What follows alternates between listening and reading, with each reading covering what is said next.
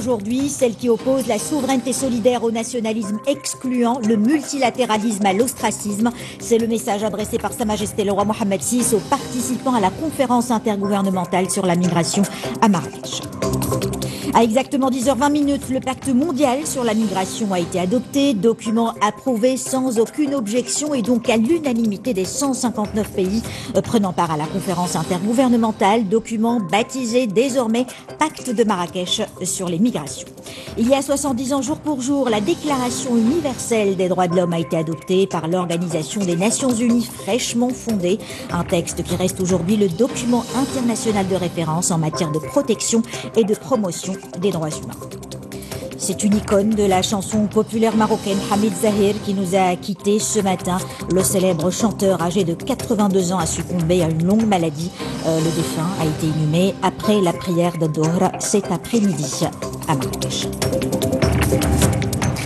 Unir face au populisme, rassembler face à l'isolationnisme et adopter par la coopération internationale des réponses structurantes. Tels sont pour Sa Majesté le roi Mohammed VI les défis de la conférence intergouvernementale sur la migration qui s'est ouverte ce matin à Marrakech en qualité de leader africain sur la question migratoire. Le souverain a souligné que l'Afrique ne sera pas l'objet du pacte mondial, mais elle en sera un acteur central et agissant. Les axes majeurs du message que Sa Majesté le roi Mohammed VI a adressé aux représentants des 159 pays membres de l'Organisation des Nations Unies qui participent à cet événement avec Hind Ben Abdibi. S'éveiller à la globalité des migrations, c'est ce à quoi appelle le souverain dans son message à la conférence de Marrakech. Un message royal dont lecture a été donnée par le chef du gouvernement Saad-Din Latmani et qui rappelle que le royaume a fait le choix d'une politique migratoire humaniste, pragmatique et responsable. Notre vision, c'est d'anticiper l'avenir pour construire une mobilité ordonnée. Notre approche, c'est de tendre avec constance vers un équilibre salutaire entre réalisme et volontarisme, entre intérêt légitime des États et respect des droits humains des migrants. Pour le souverain, le défi du pacte de Marrakech est d'unir face au populisme et d'apporter des réponses à travers le dialogue et la coopération internationale. Il lui appartient de respecter pleinement le droit souverain de chacun de ses membres à déterminer et à mener sa propre politique migratoire. Il lui incombe de prouver que le multilatéralisme n'est pas le parti de la chaise vide, de la désertion et de l'indifférence. Dans son message, Sa Majesté le roi rappelle que la question migratoire ne doit pas devenir une question sécuritaire et ne peut pas faire l'impasse sur les droits inaliénables des migrants. La question de la sécurité ne peut pas davantage faire l'économie de politiques de développement socio-économique tournées vers la résorption des causes profondes des migrations précaires. Enfin, la question de la sécurité ne peut pas nier la mobilité, mais elle peut la transformer en un levier de développement durable.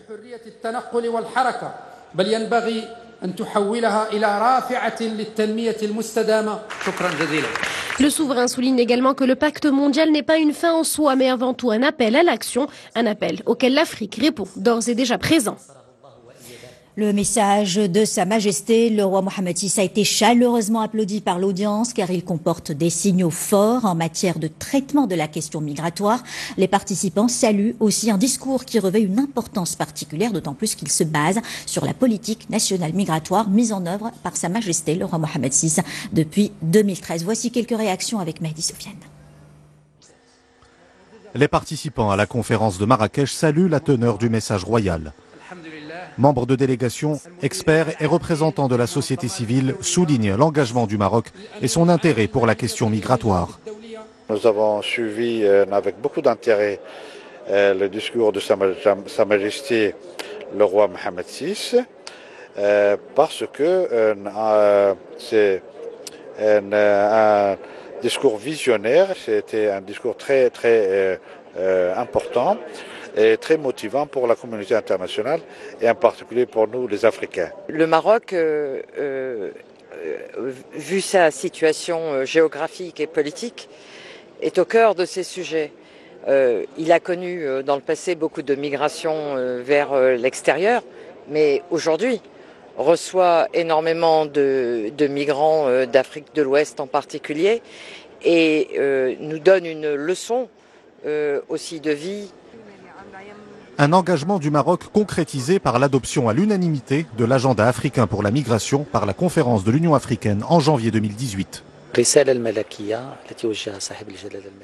Le message adressé par Sa Majesté le roi Mohammed VI à cette conférence a une importance particulière, car le souverain a lancé en 2013 une politique migratoire nationale dans le cadre du rôle pionnier joué par le Maroc à l'échelle africaine, notamment pour l'élaboration d'une stratégie africaine face aux questions de la migration et du développement, et qui a été adoptée par l'Union africaine.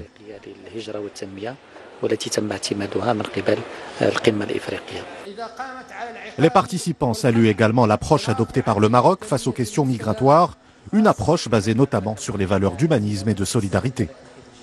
Et c'est devant ces représentants de 159 pays que le pacte mondial sur les migrations, piloté par l'Organisation des Nations Unies, a été approuvé ce matin à Marrakech.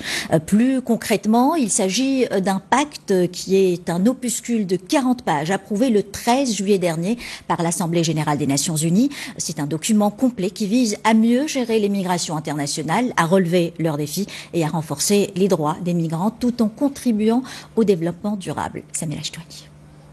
Une série de coups de marteau qui symbolisent l'approbation du pacte mondial sur les migrations. Nasser Bourita, en sa qualité de président de cette conférence historique, a rappelé combien la coopération internationale pour une migration sûre, ordonnée et régulière est le devoir de tous les pays. Le pacte mondial n'est pas une affaire de pays, de régions ou même de continents. Dans des proportions diverses, il touche mon pays comme il touche les vôtres. Il touche l'Afrique comme il touche l'Europe ou l'Amérique. Il interpelle chacun d'une manière différente, certes, mais la différence ne signifie nullement l'indifférence. Le pacte mondial sur les migrations, mis sur la table de l'ONU il y a 3 ans et signé ce matin à Marrakech, devra faire l'objet d'un ultime vote de ratification le 19 décembre à New York. Ce texte non contraignant liste des propositions pour aider les pays à faire face aux migrations et développe des expertises qui ont notamment trait à l'intégration des migrants. Même si c'est dans leur nouvelle communauté que les migrants dépensent 85% de ce qu'ils gagnent. 8 pays se sont retirés du processus, parmi eux les États-Unis, l'Australie et l'Autriche. 7 autres ont souhaité plus de consultations, comme la Belgique, l'Italie ou encore la Suisse. Près de 258 millions de personnes sont en mobilité ou migrantes à travers le monde. Toujours selon les chiffres de l'ONU, plus de 60 000 personnes sont mortes lors de périples clandestins depuis l'an 2000. Et nous retrouvons en direct à Marrakech Omar Hilal, ambassadeur représentant permanent du Maroc auprès des Nations Unies. Monsieur Omar Hilal, bonsoir. Plus de 150 pays ont adopté ce pacte. Est-ce qu'on peut parler d'un succès, d'une victoire pour le retour du multilatéralisme? Je préfère parler de prévalence de multilatéralisme en lieu de victoire parce que nous ne sommes pas dans une logique de confrontation, mais de coopération, de dialogue et surtout de respect des droits de l'homme. Nous, de respect également des droits des migrants. L'esprit qui a prévalu pour l'élaboration de ce pacte a été l'ouverture et surtout l'appel à la solidarité, à la dignité de ces migrants. Et je crois ici à Marrakech, je voudrais dire que le multilatéralisme n'a jamais disparu, n'a jamais été vaincu, mais il traverse des moments difficiles. Mais Marrakech a démontré que le multilatéralisme est incontournable pour aborder les questions globales et également pour aborder, régler et gérer des situations ou des sujets hautement sensibles comme celui de la migration. Les dispositions de ce pacte sont claires. Elles ont été martelées plusieurs fois, hier encore, par la représentante spéciale des Nations Unies, Louise Arbour, et par le secrétaire général des Nations Unies, Antonio Guterres. Cet accord est non contraignant pour les États, c'est-à-dire qu'il laisse toute la latitude aux pays signataires. Est-ce que vous pensez que c'est un message qui a bien été assimilé aujourd'hui à Marrakech ? Je crois le fait qu'on a à Marrakech l'écrasante majorité des pays membres des Nations Unies est la preuve que ce message a été bien assimilé et également les pays qui sont là se sont appropriés ce message. C'est quoi ce message? C'est tout d'abord, ce n'est pas une convention, ce n'est pas un traité, ce n'est pas une résolution. Donc ce n'est pas un acte contraignant juridiquement, mais un document qui contient des engagements déclaratoires. À chaque pays de voir comment, la manière de le mettre en œuvre, tout en respectant son esprit et sa lettre. Ce pacte contient des engagements pour les pays d'origine, des engagements pour les pays où que les migrants traversent, mais également des engagements pour les pays de destination. Donc, c'est pratiquement une vision 380 degrés qui est prise ou qui est adoptée afin que aussi bien les droits des migrants que la souveraineté des pays, les contraintes, que ce soit de santé, d'éducation, sécurité, puissent être intégrées, mais également et en priorité mettre le migrant, ses droits, sa dignité au milieu des préoccupations de ces pays, afin que la thématique migratoire ne reste pas sujette aux clichés, ne reste pas sujette à des politiques populistes, mais devient un vecteur, et comme l'a dit Sa Majesté, l'ANSRO, un levier de développement, de prospérité, d'échange, d'ouverture, et surtout de respect de la dignité de ces migrants et de leur rapport pratiquement dans les pays qu'ils traversent ou dans les pays dans lesquels ils s'installent. Une troisième et dernière question, Monsieur Hillel, sur le Maroc. Le Royaume est lui-même en première ligne. C'est un pays d'émigration et d'immigration avec une approche novatrice des questions migratoires. Est-ce que vous pensez que la philosophie, la stratégie marocaine a bien été perçue? Je crois qu'il faut tout d'abord rappeler que le Maroc, il a cette chance d'être à la croisée des continents et des chemins Europe, Afrique, Moyen-Orient, Amérique. Donc il a été nourri de la migration, il a été enrichi par la migration. Et c'est pour cette raison que le Maroc a toujours traité, géré et intégré la migration dans une optique ouverte, tolérante, respectueuse des droits de l'homme. C'est également cette culture ou cette tradition d'hospitalité et d'ouverture qui a permis au Maroc d'organiser pour la première fois en 2006, vous vous le rappelez bien, la première conférence Europe-Afrique sur la migration au moment où la migration était une question hautement explosive entre le Nord et le Sud et plus particulièrement entre l'Afrique et l'Europe. Après cette conférence, la question de la migration n'est plus devenue un tabou mais plutôt un sujet que les pays ont pris sérieusement et ont essayé d'apporter des réponses à des préoccupations humanitaires, à des préoccupations, bien sûr, qu'on ne peut pas oublier, de sécurité, mais également à des préoccupations qui concernent les obligations des pays particulièrement pour les droits de l'homme. Le Maroc a adopté une démarche humaniste à l'initiative de Sa Majesté le Roi en 2013, et c'est cette démarche humaniste qui lui a permis d'être pratiquement pionnier dans sa région, pionnier dans son continent, dans l'intégration, le respect et surtout le fait que désormais un certain nombre d'Africains subsahariens qui sont installés, qui ont été intégrés, bénéficient conformément à l'article 30 de notre Constitution des mêmes droits que les citoyens marocains. C'est également cette politique courageuse, visionnaire pour l'avenir qui a permis à l'ONU de faire confiance au Maroc pour abriter cette conférence. Et c'est également cette approche royale qui a permis qu'aujourd'hui à Marrakech, on a plus de pratiquement 95% des membres des Nations Unies qui sont venus pour acter un document qui va traiter de la migration dans un contexte multilatéral serein, de coopération, de confiance et qui met le migrant au centre des préoccupations des États et qui fait désormais de la migration un sujet de coopération et non plus un sujet de confrontation. Merci beaucoup, Monsieur Omar Hillel, ambassadeur représentant permanent du Maroc auprès des Nations Unies. Et dans la foulée de l'adoption de ce document, un débat a été organisé sur les opportunités de partenariats innovants, les possibilités de coopération et les initiatives transversales avec les gouvernements présents sur place. Salima Benabou, Youssef Rassi.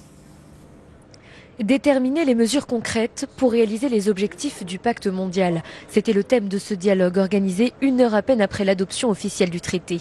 Plus de 150 représentants des États qui l'ont approuvé ont réaffirmé leur engagement politique en faveur de ce texte et leur soutien à un multilatéralisme fort à travers une responsabilité partagée des questions migratoires. Le gros des migrations, c'est sur le continent.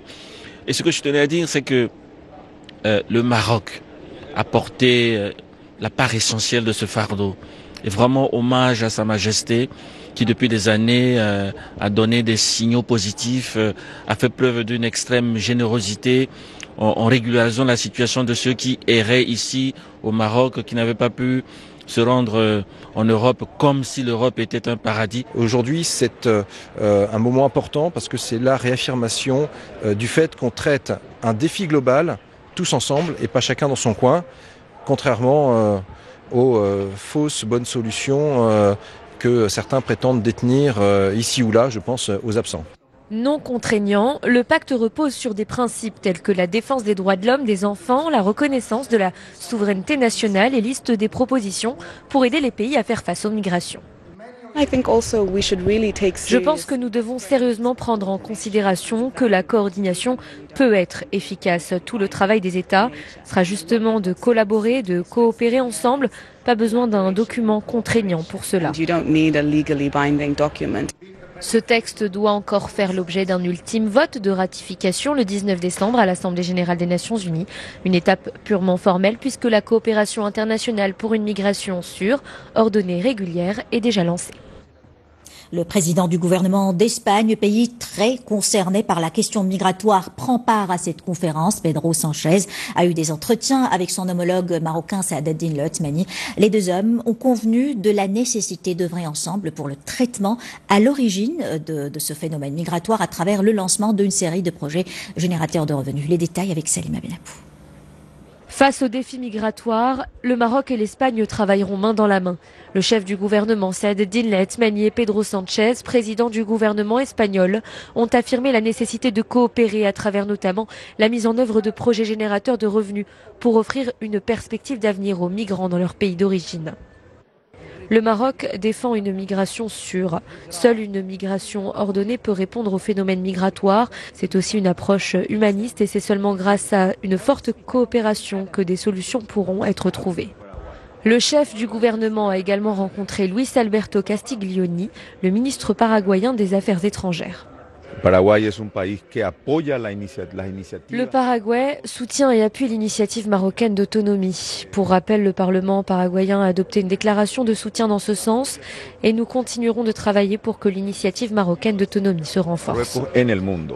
Lors de cet entretien, les deux responsables ont réaffirmé l'excellence des relations entre les deux pays qui disposent d'une plateforme commune sur le plan politique à même de permettre au Maroc et au Paraguay de développer davantage leurs relations culturelles et économiques. Le pacte mondial sur la migration a nommément appuyé l'Observatoire africain des migrants. Dans son message, Sa Majesté le roi Mohammed VI avait émis le souhait de voir le travail de cette institution qui aura son siège au Maroc démultiplié par une mise en réseau avec les institutions similaires dans les autres régions. Le 31e sommet de l'Union africaine qui s'est tenu en juillet dernier à Nouakchott a adopté la mise en place de cet observatoire suite à la proposition de Sa Majesté le roi Mohammed VI. Écoutons à ce propos le président de la Commission de l'Union africaine, Moussa Faki Mahamat. Est très important pour des analyses sur le phénomène, pour avoir des statistiques fiables, parce que jusqu'à présent, les données viennent d'ailleurs. Et je crois que personne ne sait mieux que les Africains ce qui se passe chez eux. Et sachez aussi que Sa Majesté, le roi Mohammed VI, a offert un déjeuner en l'honneur des participants à la conférence intergouvernementale sur la migration. La cérémonie a été présidée par le chef du gouvernement, Saad El Othmani.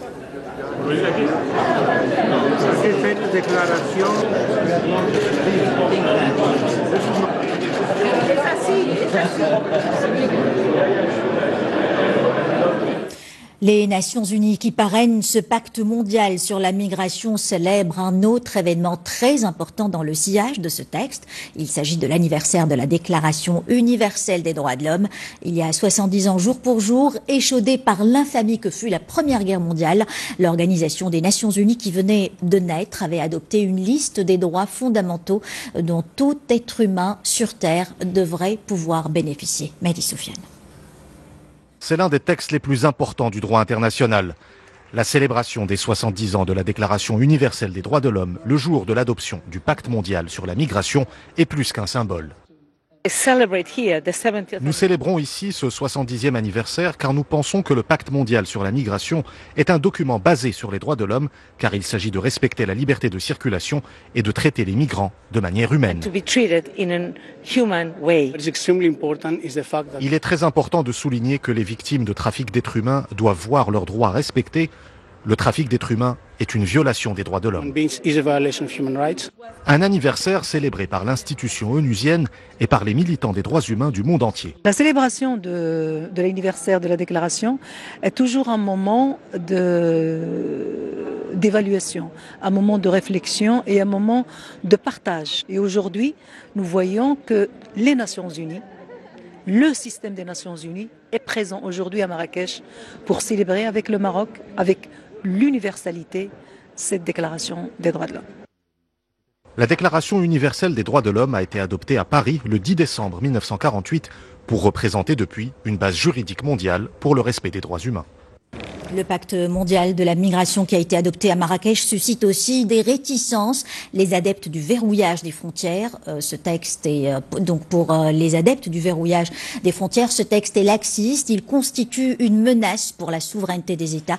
En Belgique, le refus du parti nationaliste flamand de soutenir la décision du gouvernement belge de l'adopter a suscité une crise politique inédite dans le pays. Le Premier ministre Charles Michel a remercié les ministres de ce parti au sein de la coalition gouvernementale. Et ce pacte suscite aussi en France l'opposition de la droite, de l'extrême droite, mais aussi de certains gilets jaunes, ces Français qui manifestent depuis 3 semaines dans les rues contre la politique fiscale et sociale. Emmanuel Macron condamne les violences en marge du mouvement des gilets jaunes, le mouvement donc des gilets qui a créé de nombreux débordements. Ces violences ne bénéficieront d'aucune indulgence. Nous avons tous vu le jeu des opportunistes, dit Emmanuel Macron, les responsables politiques dont le seul but était de bousculer la République, a-t-il dit avant d'ajouter qu'aucune colère ne justifie que l'on s'attaque à un policier ou à un gendarme. Retour sur le continent maintenant avec une approche de l'innovation et de la création d'entreprises portée par l'African Entrepreneurship Award. Ce prix doté d'1 million de dollars et initié par le groupe BMCE Bank of Africa depuis 4 ans entend promouvoir l'entrepreneuriat des jeunes, en particulier un jury prestigieux composé de membres venant de Chine, d'Amérique ou encore du Canada ou du Sénégal. 13 lauréats issus de 11 pays africains se sont partagés donc cette enveloppe d'1 million de dollars. Nous saluerons pour la catégorie innovation, par exemple, un jeune Sud-Africain, Jonathan Cornick, dont la start-up travaille à la réduction de la consommation d'eau et d'électricité, ou encore dans la catégorie sport, un jeune Ougandais, Ibrahim Moussissi, qui fait la promotion de la danse sur des rythmes de musique africaine. Stimuler le tissu entrepreneurial et l'innovation, c'est également l'objectif que souhaite atteindre l'Africa Agri Forum, un événement porté par une entreprise marocaine, e-conférence. Il s'agit du secteur agricole, vous l'aurez compris, et d'une plateforme d'échange qui a grandi ces 4 dernières années jusqu'à réunir une trentaine de pays. Rachid Halabi. Secteur vital pour l'Afrique, l'agriculture a été au cœur des débats lors de cette 5e édition de l'Africa Agri Forum. Alors que 65% de la population active africaine travaille dans le secteur, la pression démographique et une population qui va doubler d'ici 2050 constituent un défi considérable. De promouvoir un partenariat sud-sud conséquent. C'est ce partenariat que nous sommes, que vous êtes venus consolider à Libreville à l'occasion de cet Africa Agri Forum 2018. On est là pour ouvrir un débat franc et sincère entre 25 pays africains sur les mesures à mettre en œuvre afin de développer une industrie agricole liée à l'industrie. Le financement a été au centre des échanges entre les participants.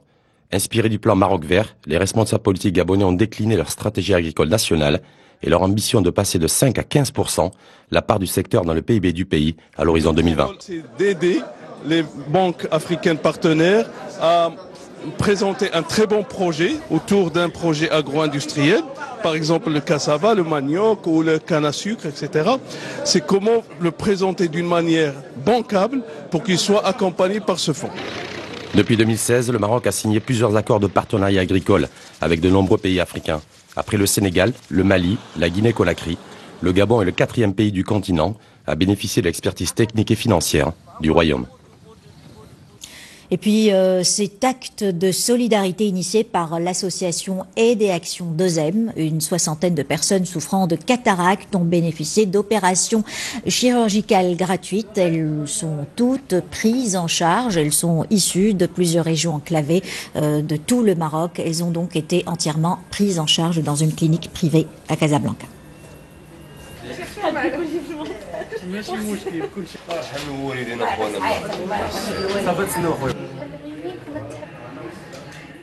Je vous le disais en titre, c'est une icône de la chanson populaire marocaine qui nous a quittés ce matin. Hamid Zahir, le célèbre chanteur âgé de 82 ans, a succombé à une longue maladie. Le défunt a été inhumé cet après-midi à Marrakech. Reportage Mohamed Himaïza Sharqi, le récit de Samir Ajdouni.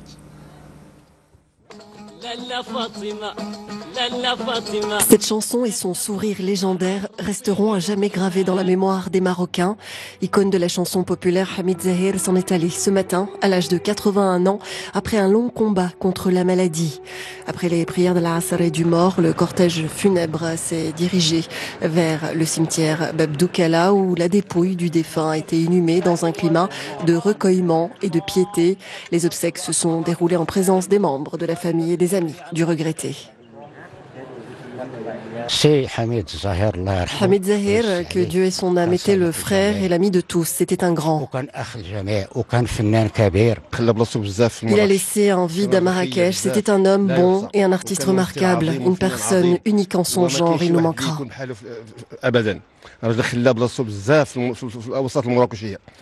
Hamid Zahir, de son vrai nom Hamid Ben Tahar, se distinguait de la scène artistique, alliant des paroles, des musiques et de la joie de vivre. Son jeu particulier mariait différents styles, comme le gnawa ou encore la dqa marrakchia, une volonté de donner à ses chansons un air à l'image de son sourire légendaire. L'interprète de Ejdek Temchilzin ou encore Awin Awin continuera à travers ses œuvres à propager sa bonne humeur contagieuse. C'est la fin de ce journal dont je vous rappelle la principale information. Il y a une voie que nous ouvrons aujourd'hui, celle qui oppose la souveraineté solidaire au nationalisme excluant, le multilatéralisme à l'ostracisme. C'est le message adressé par Sa Majesté le roi Mohammed VI aux participants à la conférence intergouvernementale sur la migration à Marrakech, une rencontre internationale au cours de laquelle le pacte mondial sur la migration a été adopté à l'unanimité. Voilà pour l'information de ce lundi. Merci de votre attention. Le prochain point sur la